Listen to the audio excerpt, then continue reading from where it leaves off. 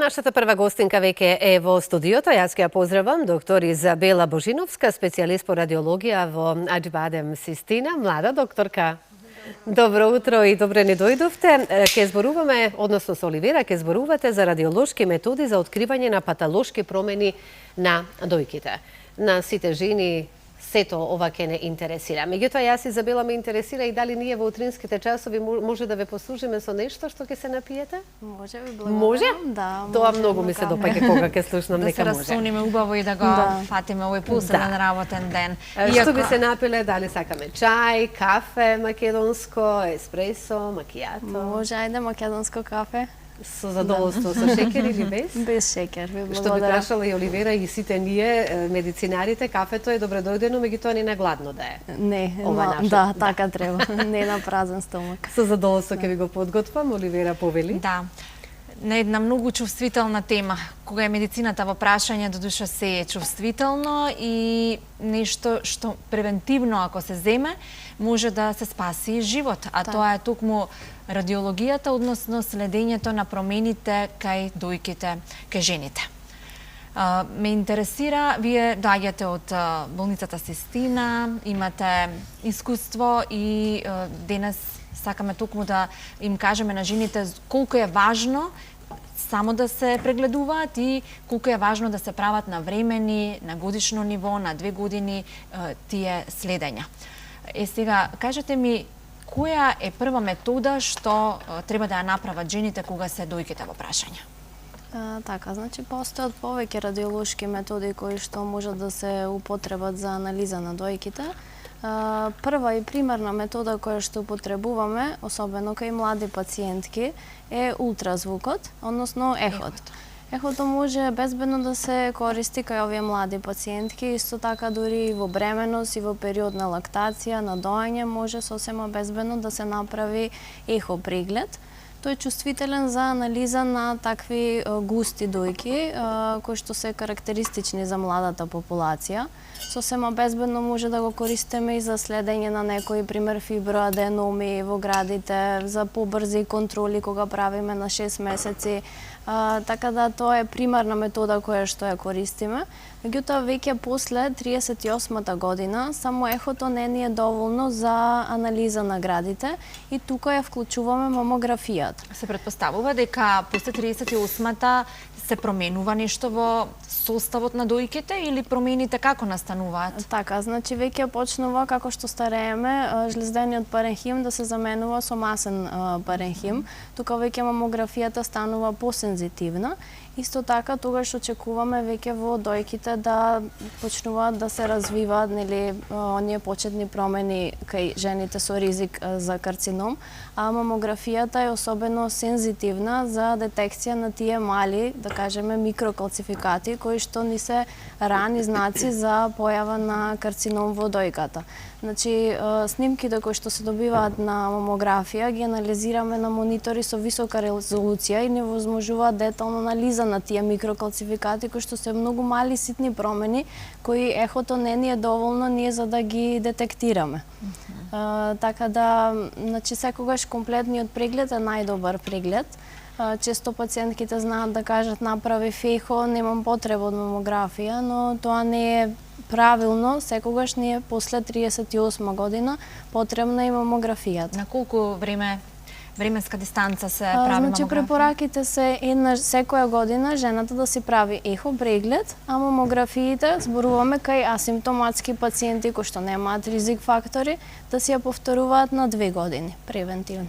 Ви се случило ли во вашето искуство да дојде пациентка која што не чувствува никаква промена, не се чувствува одлично, не забележала ништо, а сепак вие на ехото или на мамографијата забележувате нешто што е симптоматично? Тоа е целта на овие редовни превентивни прегледи. Ние не чекаме жената да има некаков симптом. Кога жената ќе почувствува поголема грудка, промена на кожа, зголемување на лимфни жлези под пазува, тоа е веќе напреднат стадиум на карцином. Промена на изгледот на дојката? Да, тоа се све напреднати стадиуми. Целта на превентивните прегледи е кога жената ќе дојде без симптом, ние да детектираме мала промена која таа не може ниту да ја напипа.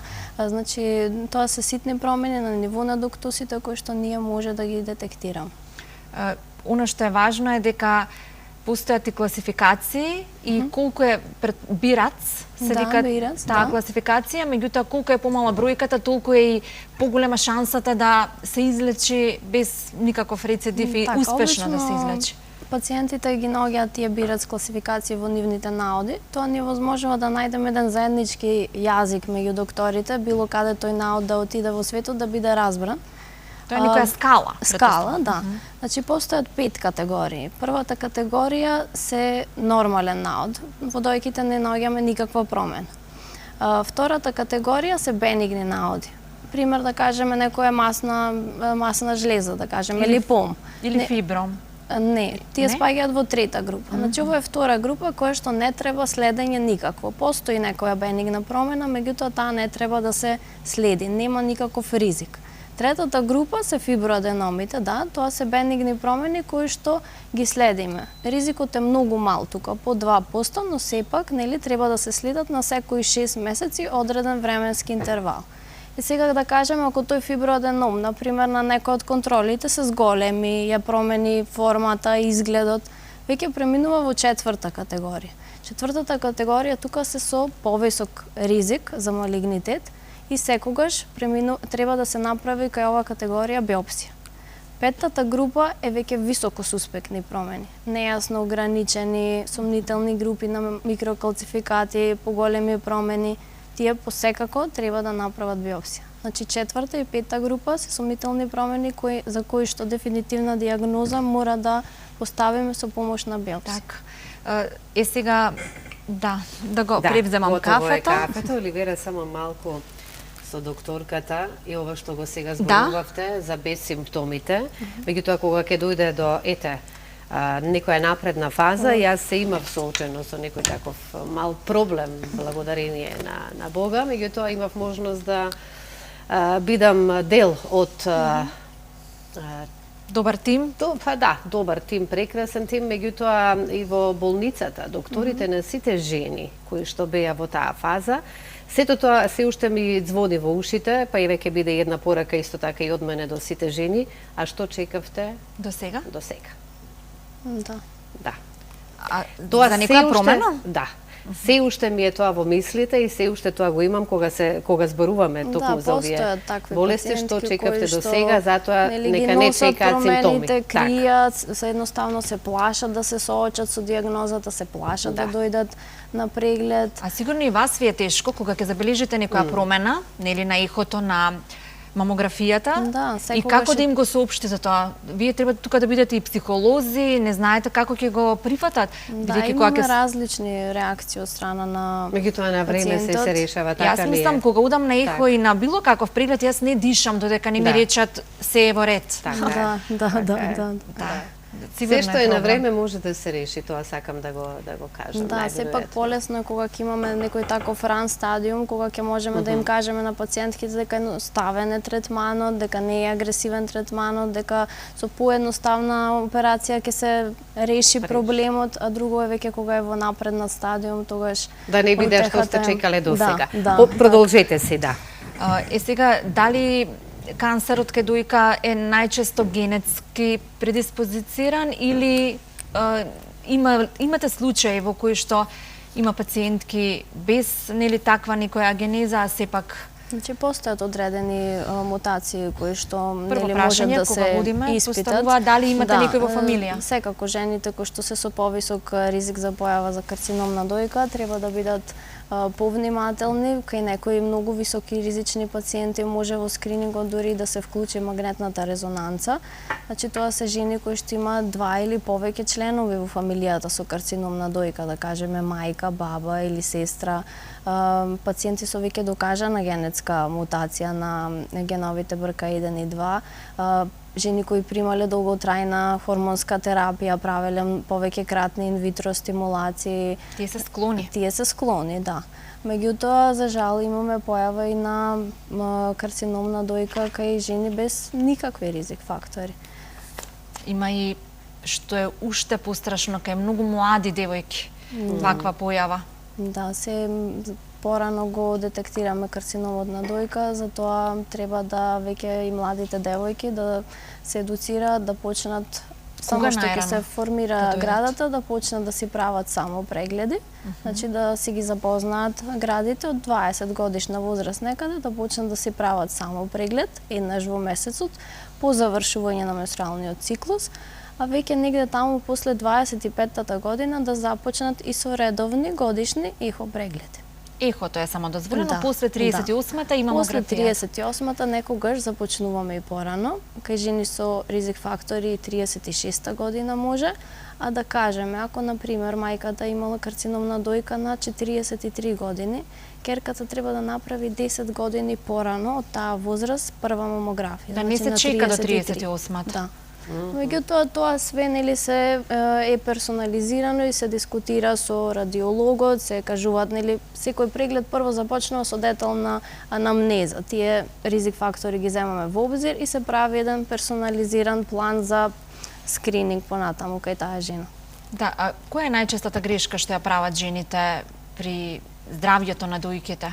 Што не доаѓаат на лекар на Ги време? одложуваат прегледите, пример ако кажеме дојдете на контрола за 6 месеци, некој знае да се случи пациентката заборавила или немала време. Зарем е можно Да. тоа? Во текот на ковидот имаше исто така одложување многу на прегледите. Одредени жени jednostavно се плашат. Значи не сакаат да се соочат дека имаат проблем, па го одбегнуваат прегледот. Значи тоа мора да се го сватиме како една рутина, како што нели си правиме ногти, како што Да, одиме на да, козметичар, да. како што одиме нели кога ќе излеземе да се нашминкаме, така треба да тоа се е го време како посветено за хигиена, себе, за да. своето здравје и тоа е време кое што секоја жена треба да си го дозволи, да си го даде на себе си за да може да спаси понатамошни да си го спаши животот едноставно. Еден превентивен преглед може да спаси живот. Како не, Да. да. Многу е важно и само да се научиме како да воочиме некоја промена кај дојките. Сега стигнавме до магнетот, нели ако се забележи некоја промена и во мамографијата и во ехото, се оди на магнетна резонанца, а кога се прави биопсија? Така, како што ви напоменав, нели 4-та и 5-та бирац класификациона група, дефинитивна диагноза кај овие сумнителни наоди се прави со биопсија. Постојат повеќе видови на биопсија. Златен стандард е кор биопсијата кога имаме солидна промена. Значи тоа се зема цилиндар, примерок, ткиво од самата промена. Секогаш биопсијата треба да биде под контрола на радиолошка метода, значи не треба да се прави на слепо биопсија. Под ехо?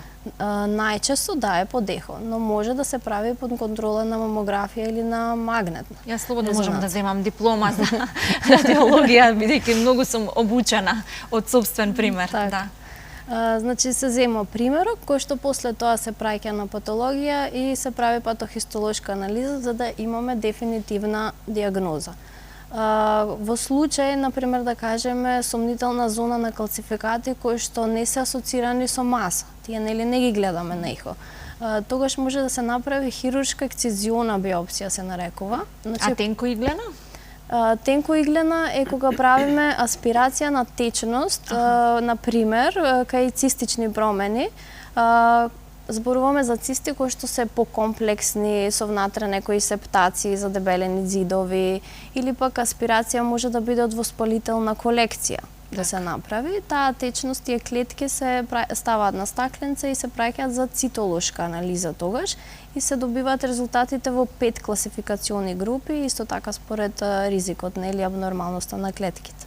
Така. А ова под мамографијата е уствари за микрокалцификати, значи се става жичка под контрола на мамограф до зоната со калцификати и после тоа пациентката со помош на хирург под општа анестезија се вади таа сомнителна зона и нели со тоа се отстранува и се праќа на патологија да се анализираат тие калцификати. Така, значи ги споменавме сите методи што може да бидат опфатени и кога треба да бидат опфатени. Вие, за среќа, во месецот на жената, во Сестина, давате еден одличен пакет што секоја жена може, треба и ја би рекла мора да си го дозволи, бидејќи ако си се сака себе си и треба да си го сака и своето здравје.